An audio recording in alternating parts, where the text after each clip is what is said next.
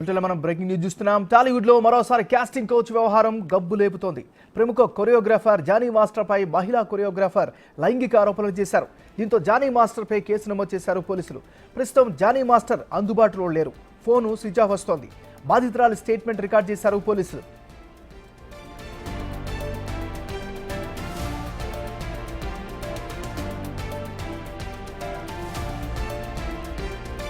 ఈ కేసులో మరో కీలక పరిణామం జరిగింది. అవకాశాల ముసుగులో మహిళా కొరియోగ్రాఫర్ పై జానీ మాస్టర్ లైంగికంగా దాడి చేసినట్టు తెలుస్తోంది. ఇటీవల ఓ సినిమాకు కొరియోగ్రాఫర్గా ఆ మహిళకు అవకాశం వచ్చింది. అయితే కొన్ని కారణాల వల్ల అదే సినిమాకి సంబంధించి జానీ మాస్టర్కు అవకాశం ఇచ్చింది ఆ చిత్ర యూనిట్. దీనిపై ఇద్దరి మధ్య గొడవ జరిగినట్లు తెలుస్తోంది.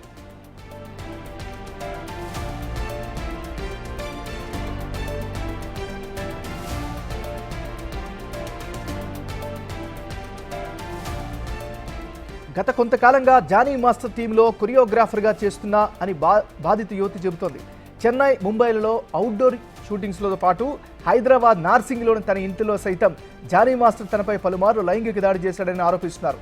పెళ్లి చేసుకుంటారని నమ్మించి మోసం చేసినట్లు చెబుతున్నారు.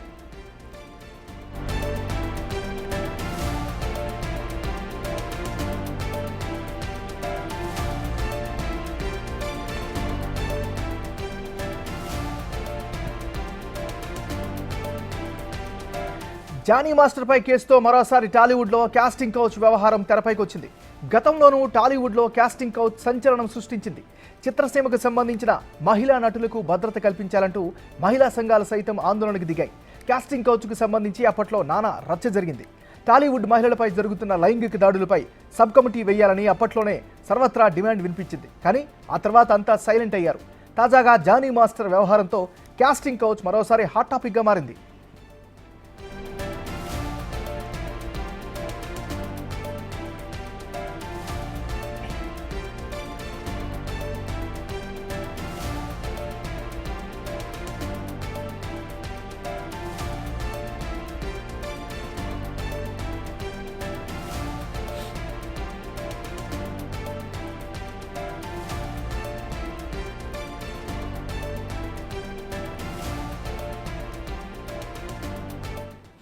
బులెటిన్లో మనం బ్రేకింగ్ న్యూస్ చూస్తున్నాం. టాలీవుడ్లో మరోసారి కాస్టింగ్ కౌచ్ వ్యవహారం గబ్బు లేపుతోంది. ప్రముఖ కొరియోగ్రాఫర్ జానీ మాస్టర్ పై మహిళా కొరియోగ్రాఫర్ లైంగిక ఆరోపణలు చేశారు. దీంతో జానీ మాస్టర్ పై కేసు నమోదు చేశారు పోలీసులు. ఇక ఇదే అంశానికి సంబంధించి తాజా సమాచారాన్ని మా అసోసియేట్ ఇన్పుట్ ఎడిటర్ గణేష్ అందిస్తారు. గణేష్, చెప్పండి, ఇప్పటి వరకున్న అప్డేట్స్ ఏంటి? పోలీసుల వెర్షన్ ఏంటి? టాలీవుడ్ నుంచి ఏమైనా రెస్పాన్స్ వచ్చిందా? ఏం జరుగుతోంది? ఎస్ అంటే రెండు విధాలుగా రెస్పాన్స్ ఉంది. ఒకటి పోలీసుల విచారణ కొనసాగుతుంది, మరోవైపు ఫిల్మ్ ఇండస్ట్రీకి సంబంధించిన విచారణ కూడా సైమల్టేనియస్గా రెండు విచారణలు జానీ మాస్టర్ పైన కొనసాగుతున్నాయి. ఎందుకంటే ఒకటి పోలీసులకు సంబంధించింది ఏదైతే రేప్ కేసు ఉందో, రేప్ కేసుకు సంబంధించిన విచారణ 376 సెక్షన్ కింద ఒక విచారణ అయితే కొనసాగుతుంది. మరోవైపు ఫిలిం ఛాంబర్కి సంబంధించిన ఏదైతే ఉందో దాన్ని 2013 పోస్ట్ యాక్ట్ ఏదైతే ఉందో చట్టం దాని ప్రకారం దాదాపు ఒక 3 సెక్షన్లో, అంటే సెక్షన్ 16, సెక్షన్ 10, సెక్షన్ 26 కింద 19 ఇలాగా 3 సెక్షన్స్ కింద వాళ్ళు విచారణ చేస్తున్నారు. ఎందుకంటే ప్రతి అనార్గనైజ్డ్ సెక్టర్లో కూడా ఇది పోషో యాక్ట్ సంబంధించింది, అంటే ప్రివెన్షన్ ఆఫ్ సెక్షువల్ హెరాస్మెంట్కి సంబంధించిన యాక్ట్ ఏదైతే కొనసాగుతుంది కాబట్టి దాని సైమల్టేనియస్గా దానికి సంబంధించిన ఒక బాడీ ఉంది, అథెంటిక్ బాడీ ఉంది. ఈ బాడీకి సంబంధించి వాళ్ళు ఇప్పటికే సంబంధించిన అమ్మాయికి సంబంధించిన అన్ని వివరాలను కూడా తీసుకున్నారు. ఏ విధంగా జరిగింది, ఎలా జరిగింది, ఎప్పటి నుంచి జరిగింది అనేది ఒకటి సైమల్టేనియస్గా వాళ్ళు తీసుకున్నారు. ఆ విచారణ సైమల్టేనియస్గా జరుగుతుంది. ఇప్పటికే జానీ మాస్టర్ని వాళ్ళు పిలిపించారు. మొన్న లాస్ట్ శనివారం నాడు పిలిపించినట్లుగా అక్కడ ఫిల్మ్ ఛాంబర్ సంబంధించిన పెద్దలు స్పష్టం చేస్తున్నారు. వీళ్ళు ఏదైతే అంటే జానీ మాస్టర్కి ఎలా పరిచయం, ఏ విధంగా ఉంది, అమ్మాయి చేసిన ఆరోపణలకి సంబంధించిన వివరాలన్నీ కూడా ఆయన నుంచి అడిగి తెలుసుకున్నారు. ఎందుకంటే జానీ మాస్టర్ ఒక కొరియోగ్రాఫరే కాదు, మరోవైపు ఆయన కొరియోగ్రాఫర్ అసోసియేషన్కి ప్రెసిడెంట్గా ఉన్నారు కాబట్టి ఒక కీలకమైన బాధ్యతలు ఉన్నారు కాబట్టి ఆయన నుంచి పూర్తి వివరాలు కూడా తీసుకుని వాళ్ళు దాన్ని చేశారు. ఎందుకంటే అమ్మాయి నుంచి రిటర్న్గా ఒక కంప్లైంట్ తీసుకున్న తర్వాత మరోవైపు పోలీస్ స్టేషన్ సంబంధించి అంటే ఇప్పటికే రాయదుర్గం పోలీస్ స్టేషన్లో 0 FIRగా నమోదైంది. అక్కడ నుంచి ఆ అమ్మాయి ఉండే నివాస ప్రాంతం నార్సింగ్కి దీన్ని ట్రాన్స్ఫర్ చేశారు. ఇప్పటికే రేప్ కేసుతో పాటు ఒక 3-4 కేసుల్ని నమోదు చేసి ఉంచారు. ఇందులో ప్రధానంగా అమ్మాయి దాని మీద FIR కూడా చేశారు. FIRలో ఆ అమ్మాయి స్పెసిఫిక్గా చెప్తున్న అంశాలు అనేక ఆశ్చర్యాన్ని కలిగిస్తున్నాయి, ఆందోళన కలిగిస్తున్నాయి. ఎందుకంటే ఢీ షో 12లో తనకి పరిచయం అయిందని, అప్పటి నుంచి కూడా జానీ మాస్టర్తో తనకి పరిచయం ఉంది. ఆ పరిచయాన్ని తను ఆసరాగా చేసుకొని తను ఏదైతే కొరియోగ్రాఫర్గా ఒక ఏదో దీంట్లోకి వచ్చాడో ఆ కొరియోగ్రాఫర్గా తనకు అవకాశాలు ఇప్పిస్తానని తన అసిస్టెంట్గా చేర్చుకున్న తర్వాత ఈ అవకాశాల కోసం తన్ని అనుకూలంగా వాడుకున్నాడు. తన్ని ఒక విధంగా చెప్పాలంటే వాళ్ళు ఇప్పటికొచ్చి వస్తున్న క్యాస్టింగ్ కౌచ్ కావచ్చు, దానికి పర్యవసానంగా ఒక మీటూ కావచ్చు, ఇలాగా దాన్ని కొనసాగుతూ వస్తుందనేది ఈ కేసు ద్వారా మనకి స్పష్టమవుతుంది. ఎందుకంటే ఆ షో నుంచి తను ఇతర అవకాశాలు ఇప్పించడం కోసం దాదాపు 2019 నుంచి ఇప్పటికే 5 ఏళ్ళుగా, అంటే దాదాపు 5 ఏళ్ళు పూర్తవుతుంది, 5 ఏళ్ళుగా తనతోనే ఒక జర్నీ చేశాను.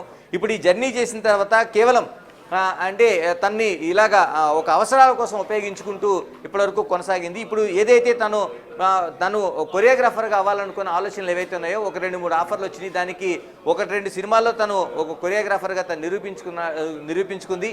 ఈ విధంగా బయటకు వచ్చిన తర్వాత తను ఇండివిజువల్గా ఎదుగుతున్న అవకాశాలని దెబ్బకొట్టడం కావచ్చు, లేకపోతే ఆమెను ఏదైతే గతంలో జరిగిన ఉన్నాయో వాటిన్నింటినీ చూపించి బ్లాక్మెయిల్ చేయడం కావచ్చు, ఈ విధంగా ఆమెను లొంగ తీసుకుంటూ అవకాశాలని, అంటే 2 విధాలుగా, ఒకటి గతంలో ఉండే పరిచయాన్ని ఆసరాగా చేసుకుని ఆమెతో ఆ కొనసాగింపు కావచ్చు, లేక మరోటి ఏదైతే తను ఇండివిజువల్గా ఎదుగుతుందో అవకాశాలను దెబ్బతీస్తూ బెదిరింపులకు పాల్పడడం కావచ్చు. ఈ రెండింటిని కూడా ఆమె స్పష్టంగా దాదాపు ఆ ఎఫ్ఐఆర్లో పూర్తిగా పేర్కొంది. దీనిపైనే ఆమెను బెదిరించడం కావచ్చు, ఆమె పైన దాడి చేయడం కావచ్చు, ఇంతకాలం తనని సెక్సువల్గా బలవంతంగా తనను వాడుకున్నాడని ఏదైతే ఉందో దాంతో రేప్ కేసు కూడా దాన్ని 376 అనేది రేప్ కేసుని నమోదు చేశారు పోలీసులు. అంటే ఇప్పటికే జానీ మాస్టర్కి ఏదైతే ఉందో రాయదుర్గంలో వచ్చిన కేసుని నార్సింగ్కి బదిలీ చేశారు 0 ఎఫ్ఐఆర్ నుంచి. నార్సింగ్ పోలీసులు దీనిపైన ఇప్పటికే అమ్మాయి పైన రిటర్న్గా స్టేట్మెంట్ తీసుకున్న తర్వాత మరొకసారి అమ్మాయిని పిలిచి, బాధితురాలిని పిలిచి దానిపైన పూర్తి వివరాలు, తన దగ్గర ఏ ఆధారాలు ఉన్నాయి, అంటే తన దగ్గర ఉండేది ఏదైనా ఫోటోలు ఉన్నాయా, లేకపోతే వీడియోస్ ఉన్నాయా, లేకపోతే SMS చాటింగ్ ఉందా, లేకపోతే మిగతా వాళ్ళు తనతో పాటు ఈ జర్నీ జరుగుతున్న సమయంలో ఉండే స్నేహితులు కావచ్చు, లేకపోతే మిగతా సాటి కొరియోగ్రాఫర్స్ కావచ్చు, వీళ్ళందరి దగ్గర నుంచి సాక్ష్యాలు సేకరించిన తర్వాత జానీ మాస్టర్ని పిలిపించే అవకాశం ఉంది. అయితే ఇది 376 అనేది నాన్ బెయిలబుల్ కేసుగా ఉంది కాబట్టి, ఈ ఎఫ్ఐఆర్లో పేర్కొన్న దాని ప్రకారం నాన్ బెయిలబుల్ కేసు కాబట్టి దీన్ని ప్రత్యేకంగా దానిపైన పోలీసులు సీరియస్ యాక్షన్ తీసుకునే అవకాశం ఉంది. అయితే ఇప్పటికి జానీ మాస్టర్ మాత్రం ఎవరికి అందుబాటులో లేరు, ఆయన ఫోన్ స్విచ్ ఆఫ్ చేసి ఉన్నారు. మిగతా వైపు ఫిలిం ఇండస్ట్రీలో జరుగుతుంది కాబట్టి మిగతా ఫిలిం పెద్దలు కూడా వాళ్ళు దీనిపైన అంటే ముందుకు వచ్చి, ఎందుకంటే విచారణ జరుగుతుంది కాబట్టి చెప్పడానికి అవకాశం లేదు. మరోవైపు బాధితురాలి సంబంధించిన వివరాలన్నీ కూడా గోప్యంగా ఉంచాల్సిన అవసరం ఉంది కాబట్టి ఆ గోప్యత అనేది పాటిస్తున్నారు. ఆమె వివరాలు కావచ్చు, లేకపోతే ఆమె బంధువులు కావచ్చు, తల్లిదండ్రులు కావచ్చు, ఇలా అనేక రూపాల్లో గోప్యత పాటిస్తూ ఆమె దగ్గర నుంచి వివరాలు సేకరిస్తున్నారు. ఏదేమైనా తెలుగు సినీ ఇండస్ట్రీలో, అంటే కేరళలో మనకి ఒకసారిగా ప్రకంపనలు రేపిన జస్టిస్ హేమా కేసు తర్వాత దేశవ్యాప్తంగా ఉన్న అనేక ఫిల్మ్ ఇండస్ట్రీల్లో కూడా ఒక ప్రకంపనలు రేగిని. తెలుగు ఇండస్ట్రీకి సంబంధించి కూడా ఇదే తరహా చర్చ జరిగింది. గతంలో కూడా శ్రీరెడ్డి కావచ్చు, మిగతా వాళ్ళు కావచ్చు, తాము క్యాస్టింగ్ కౌచుకు గురవుతున్నాం, తర్వాత మీటూ అనేది కొనసాగితేనే తమకు అవకాశాలు వస్తున్నాయి, హీరోయిన్గా కావచ్చు, లేకపోతే క్యారెక్టర్ ఆర్టిస్టులుగా కావచ్చు, ఇలాగా ఆ నిర్మాతల దగ్గర నుంచి, హీరోల దగ్గర నుంచి, డైరెక్టర్ల దగ్గర నుంచి, ఇలాగ ఎవరైతే వివిధ 24 క్రాఫ్ట్స్ ఏవైతే ఉన్నాయో వీటన్నిటిలో కూడా ఇటువంటి జరుగుతున్నాయి అనేది ఇప్పటికే అనేక రూపాల్లో ఆరోపణలు చేస్తూ వచ్చారు. కానీ దానికి సంబంధించిన ఒక సబ్ కమిటీ ఉన్నా, దానిపైన విచారణ చేసిన దాన్ని ఏదైతే ఉన్నాయో దాన్ని పూర్తి స్థాయిలో విచారణ చేయలేదనేది ఆ కమిటీలో ఉండే పెద్దలు తమ్మారెడ్డి భరద్వాజ్ కావచ్చు, జయసుధ కావచ్చు లాంటి వాళ్ళు స్పష్టం చేస్తున్నారు. అంటే ఈ విచారణకు సంబంధించిన ఏదైతే కేరళలో జరిగిన జస్టిస్ హేమా కమిషను అటు ప్రభుత్వానికి సబ్మిట్ చేసింది, ప్రభుత్వంలో ఉన్న రిపోర్ట్ని తీసుకొచ్చి దానికి కోర్టు నుంచి దానిపైన ఆదేశాలు జారీ చేసింది బహిరంగపరచాలని. ఈ నేపథ్యంలో అక్కడ అనేక పరిణామాలు జరిగాయి. కానీ ఇప్పుడు తెలుగు ఇండస్ట్రీకి సంబంధించి ఇప్పుడు మొట్టమొదటిసారిగా ఒక కేసు అనేది ఫైల్ అయింది, అది కూడా రేప్ కేసు ఫైల్ అయింది. మరోవైపు సైమల్టేనియస్గా ఫిలిం ఛాంబర్కి సంబంధించిన ఏదైతే ఉందో పెద్దలు కూడా దీనిపైన ఒక కూర్చుని ఒక సమావేశం నిర్వహించారు. గణేష్, ఇప్పటికే ఎఫ్ఐఆర్ నమోదైందని చెప్తున్నారు కదా, ఎఫ్ఐఆర్ రిపోర్ట్కి సంబంధించిన అప్డేట్ ఏంటి మరి? ఎస్, ఎఫ్ఐఆర్లో కూడా ఇప్పుడు ఏదైతే మనం చెప్పామో దాదాపు 4-5 ఏళ్ళుగా తన్ని సెక్సువల్గా హెరాస్ చేస్తున్నాడు, తను వినియోగించుకున్నాడు, తన్ని రేప్ చేశాడనేది ఆమె డైరెక్ట్గా ఆమె దాంట్లో చెప్పిన అంశాలు అయితే మనకు కనిపిస్తున్నాయి. అంటే దీంట్లోన అవి ఎఫ్ఐఆర్లో పేర్కొన్న అనేక అంశాల్లో దాదాపుగా అవుట్డోర్లో కావచ్చు, మిగతా చోట కావచ్చు తన్ని సెక్సువల్గా ఉపయోగించుకున్నాడు. ఎందుకంటే తను ఏదైతే డాన్స్ అసిస్టెంట్గా కొనసాగాలంటే ఖచ్చితంగా తనకి లొంగి ఉండాల్సిందనేది ఆయన చేసిన డిమాండ్గా ఆమె ఎఫ్ఐఆర్లో పేర్కొంది. మరోవైపు మిగతా చోట్ల అంటే ఇప్పుడు ఏదైతే తాను బయటికి వెళ్ళానో, తనకు బయటికి వెళ్ళి ఇండివిజువల్గా అవకాశాలు సంపాదిస్తున్న ఈ సమయంలో కూడా తన్ని మరో విధంగా వేధిస్తున్నాడు, తనకు అవకాశాలు రాకుండా చేస్తున్నాడు, ఏదైతే తనతో ఉన్న పరిచయాలను ఆసరాగా చూపించి తనను బ్లాక్మెయిల్ చేస్తున్నాడు అనేది కీలకంగా మనకి ఎఫ్ఐఆర్ కాపీలో ఆమె పొందుపరిచింది. ఎందుకంటే ఎఫ్ఐఆర్లో వాళ్ళు పోలీసులు ఖచ్చితంగా దీనిపైన రేప్ కేసు అనేది నమోదు చేశారు. వివిధ అంశాలను పరిగణలోకి తీసుకున్న తర్వాత దీనిపైన ఏదైతే ఫస్ట్ ఇన్ఫర్మేషన్ రిపోర్ట్లోన ఉన్నదాన్ని పూర్తిగా దాన్ని మిగతా సాక్ష్యాధారాలను కావచ్చు, ఆమె దగ్గర ఉన్న సాక్ష్యాలను కావచ్చు, మిగతా అంశాలను పరిశీలించిన తర్వాత దీనిపైన ఏ విధంగా ఈ రూటు మారుతుందనేది చూడాల్సిన అంశంగా కనిపిస్తోంది. మరోవైపు బాధితురాలకు సంబంధించింది ఇప్పటికే అక్కడ ఉండే గ్రౌండ్ లెవెల్లో ఏదైతే నార్సింగ్ పోలీస్ స్టేషన్లో సంబంధించి ఆమెకు ఇప్పటికే కబురు పంపించారు. ఎందుకంటే ఈ 2 రోజులు హడావిడి ఉంటుంది కాబట్టి, వినాయక నిమజ్జనానికి సంబంధించిన హడావిడి ఉంది కాబట్టి ఈ రోజు ఆమెను వచ్చి పిలిపించి విచారణ చేస్తారా, లేకపోతే ఈ 2 రోజులు రేపు శోభాయాత్ర పూర్తి అయిన తర్వాత ఆమె దగ్గర కూర్చొని నార్సింగ్ పోలీసులు ఈ విచారణ చేస్తారని చూడాల్సిన అంశంగా కనిపిస్తుంది. ఏదేమైనా ఈ రేప్ కేసు దాంట్లో ఫిల్మ్ ఇండస్ట్రీలో ఒక్కసారిగా ప్రకంపనలు రేగుతున్నాయి. ఎందుకంటే ఇప్పటివరకు కాస్టింగ్ కౌచ్ అనేది లేకపోతే మీటు అనేది అంతర్లేనిగా కొనసాగుతుంది కాబట్టి ఎవరో మాకు ఫిర్యాదు చేయలేదు, లిఖితపూర్వకంగా ఫిర్యాదు రాలేదు, ఎవరికైనా బయటకు వస్తే న్యాయం చేస్తామని ఫిలిం ఛాంబర్కి సంబంధించిన అనేక మంది చెప్తూ వచ్చారు. ఎందుకంటే దానికి సంబంధించింది ఏదైతే మా దగ్గర మాకు ఎవరైనా వచ్చి ఫిర్యాదు చేస్తే తప్ప చేయలేమని. ఇప్పుడు ఈ ఫిర్యాదు వచ్చింది, పోలీస్ స్టేషన్లో ఫిర్యాదు నమోదైంది. మరోవైపు ఏదైతే సెక్సువల్ హెరాస్మెంట్ ఏదైతే ఉందో దానిపైన యాంకర్, మరోవైపు సినీ యాక్టర్ ఝాన్సీ దీనికి కన్వీనర్గా ఉన్నారో ఆమె కూడా సైమల్టేనియస్గా విచారణ చేస్తున్నట్టుగా బిగ్ టీవీ కూడా స్పష్టం చేశారు.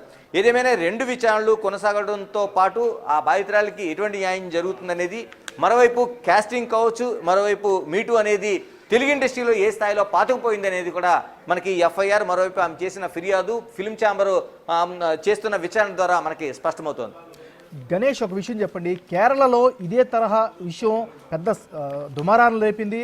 అక్కడ కీలకమైనటువంటి నటులు వాళ్ళందరూ కూడా సపోర్ట్ ఇచ్చారు, అమ్మ నుంచి బయటకు వచ్చారు, అంటే ఒక రకమైనటువంటి ఇండికేషన్ ఇచ్చారు. మరి ఇప్పుడు కంప్లైంట్ వరకు వెళ్ళింది, టాలీవుడ్ ఏ విధంగా రెస్పాన్స్ అయ్యే అవకాశం ఉంది? మరి ఎస్, అంటే దీనికి సంబంధించి ఇప్పటికే ఏదైతే ఇంతకుముందు ఫిర్యాదులు లేవు కాబట్టి బాధితులు ఎవరైతే ఉన్నారో లిఖితపూర్వకంగా ఇవ్వడంతో పాటు వాళ్ళు దాన్ని స్టాండ్ అవ్వలేదనేది ఇప్పటివరకు తెలుగు ఫిల్మ్ ఇండస్ట్రీ మనకి చెప్తున్నది.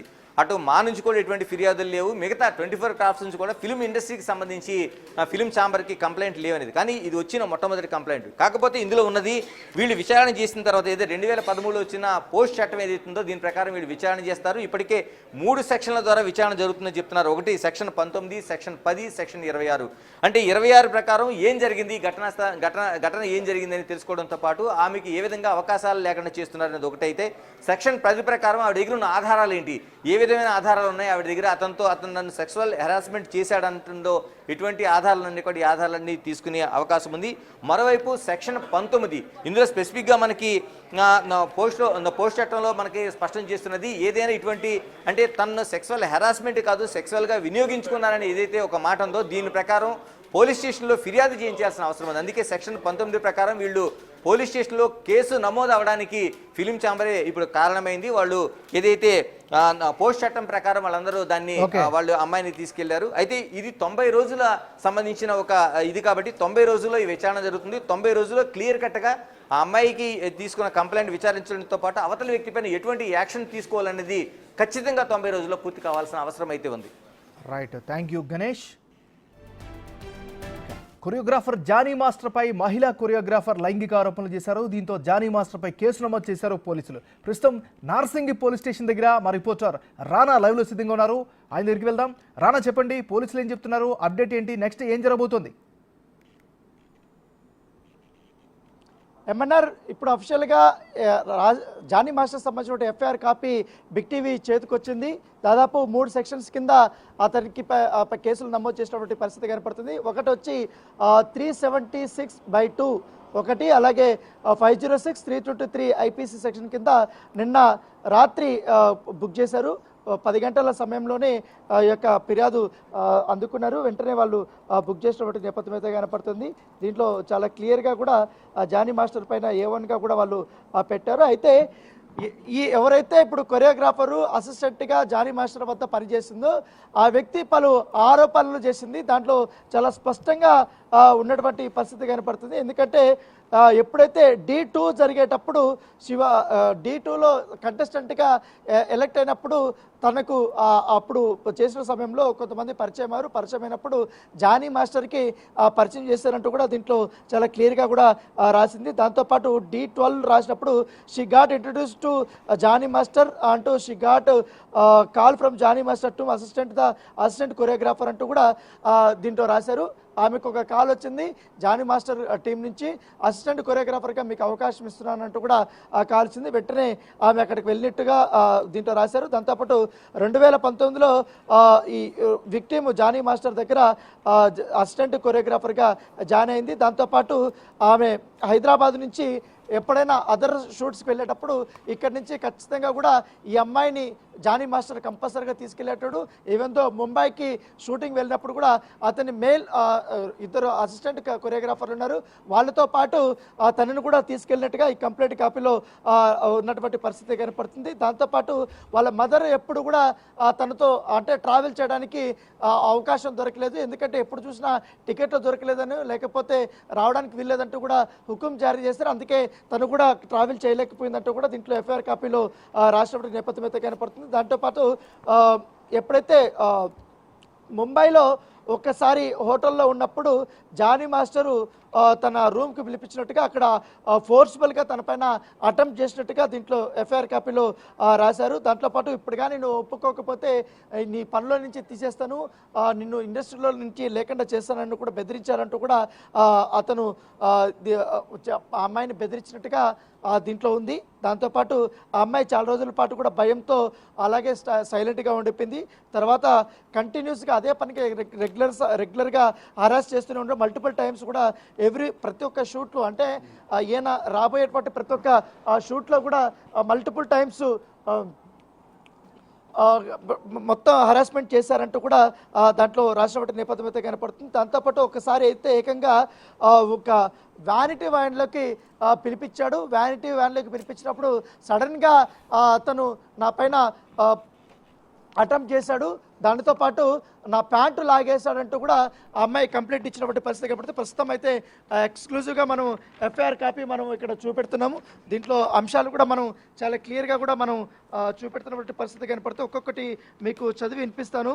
ఎప్పుడైతే ఇక్కడ చూడండి, he used to ask to sexual favours in the shooting vanity when as she entered the vanity he removed his pants and if she refused he used to abuse her physically and harassed her shoot sets in front of everyone. అంటే తను vanity వ్యాన్లోకి పిలిచిన తర్వాత pant తీసేయడము, తర్వాత తాకరాని చోట తాకడము, అబ్యూజివ్గా మాట్లాడడము, ఆ అమ్మాయి ఒప్పుకోకపోయేసరికి చాలా మెంటల్గా హరాస్ చేయడము, తర్వాత బయటకు వచ్చిన తర్వాత సెట్స్ అందరూ చూస్తుండగానే ఆ అమ్మాయిని చాలా వల్గర్గా తిట్టాడు అనేది కూడా దీంట్లో రాష్ట్రపతి నేపథ్యం అయితే కనపడుతుంది. దాంతోపాటు మరొకసారి చాలా బ్యాడ్గా టచ్ చేశాడు అనేది కూడా దాంట్లో రాశారు. దాంతోపాటు once she entered into vanity he asked to sexual desire and refusing her he holds her hair and crushed her head to the mirror. అంటే ఆ అమ్మాయి అటెంప్ట్ చేసేటప్పుడు ఆ సెక్సువల్ ఫేవర్ అడిగినప్పుడు ఆ అమ్మాయి రిఫ్యూజ్ చేసినట్టుగా ఆ అమ్మాయి ఒప్పుకోకపోయేసరికి జుట్టు పట్టుకొని చేతులు వెనక్కి పెట్టి మిర్రర్ మీద అతను కొట్టినట్టుగా దీంట్లో ఎఫ్ఐఆర్ కాపీలో చాలా క్లియర్గా కూడా రాసినటువంటి నేపథ్యం అయితే కనపడుతుంది. దాంతోపాటు తను ఎప్పుడు పడితే అప్పుడు తన ఇంటికి లేట్ నైట్లో ఇంటికి వెళ్ళేటోడు. ఇంటికి వెళ్ళినప్పుడు తనకు సంబంధించినటువంటి స్కూటీ కానీ అవన్నీ కూడా డస్ట్ పగలగొట్టేశాడు. తర్వాత ఎప్పుడు కావాలంటే అప్పుడు బయటకు రమ్మంటే అమ్మాయి కంపల్సరీ కూడా బయటకు వచ్చేది. దాంతో బాగా ప్రెజర్ పెట్టడంతో పాటు నేను పెళ్లి చేసుకుంటాను, నువ్వు ఎందుకు చేసుకుంటానంటే నువ్వు రిలీజియన్ కానీ మారితే కానీ మాత్రం మతం మార్చుకుంటే ఖచ్చితంగా నిన్ను పెళ్లి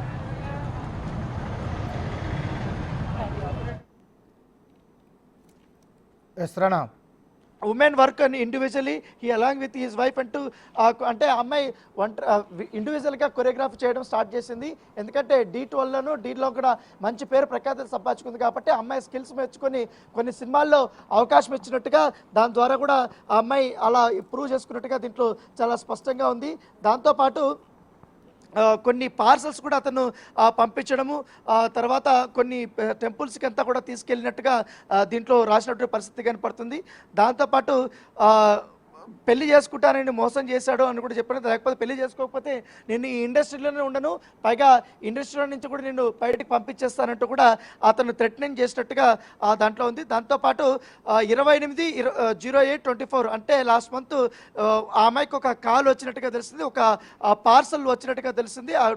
ఆ డోర్ ముందు వితౌట్ పేరుతో అక్కడ పెట్టేసి వెళ్ళిపోయినట్టుగా తెలిసింది. దాంట్లో ఒక లెటర్ ఉంటుంది, congratulations for son but be very careful అని కూడా దాంట్లో రాశారనేసి కూడా ఉంది. దాంట్లో పాటు most of the shoots they are hiring the victim but with in some time of work she getting the call and they informed that are going to someone else out of the victim woman. అంటే చాలాసార్లు నువ్వు ఈ సాంగ్లో పని చేయాలి, నీతో పని ఉంది, నువ్వు కంపల్సరీ రావాలి పలానా రోజు అనేసి కూడా ఫోన్ వస్తుంది. కాకపోతే అక్కడికి వెళ్తే మాత్రం వేరే వాళ్ళతో ఆ పని చేయించుకుంటున్నట్టుగా దీంట్లో చాలా క్లియర్గా కూడా రాసినట్టు కనపడుతుంది. దాంతోపాటు ఇప్పుడు చాలా వరకు కూడా నన్ను బోల్డ్ సార్లు ఇట్లా ఫిజికల్గా కూడా మెంటల్గా కూడా లైంగికంగా అనేక రకాలుగా కూడా నన్ను వాడుకోవడమే కాకుండా నన్ను పెళ్లి చేసుకుంటారని చెప్పి బెదిరించడమే కాకుండా మతం మారడమే కాకుండా సినిమా ఇండస్ట్రీ నుంచి నన్ను బయట పంపిస్తారని చెప్పడమే కాకుండా అనేక రకాలుగా కూడా నన్ను వాడుకొని ఇప్పుడు బెదిరించాడు. కాబట్టి కంపల్సరీ అతని పైన చర్యలు తీసుకోవాలంటూ కూడా విక్టిమ్ రాసింది. దీనిపైన ఎఫ్ఐఆర్ నమోదైంది. ఇప్పుడు దీనిపైన దర్యాప్తు చేసినటువంటి పరిస్థితి అయితే కనపడుతుంది. Right, thank you Rana.